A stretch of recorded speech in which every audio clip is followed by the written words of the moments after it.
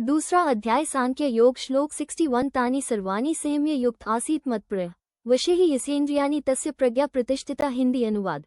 जो व्यक्ति अपनी सभी इंद्रियों को वश में रखकर परमात्मा में स्थित होकर मन को स्थिर कर बैठता है, उसकी बुद्धि सुदृढ़ और स्थिर होती है।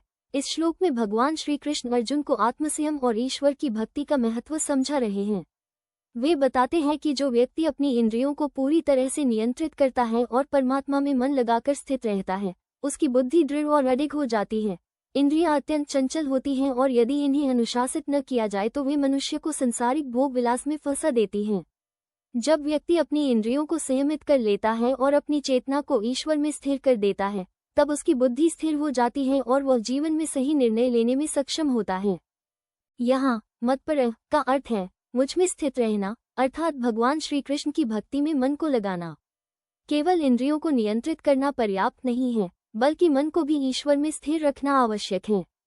जब व्यक्ति मन और इंद्रियों को नियंत्रित कर लेता है, तब वह मोह, आकर्षण और सांसारिक बाधाओं से मुक्त हो जाता है। उदाहरण के रूप में, एक नाविक यदि अपनी नाव को ठीक से नियंत्रित नहीं करता तो लहरें उसे बहा ले जाती हैं।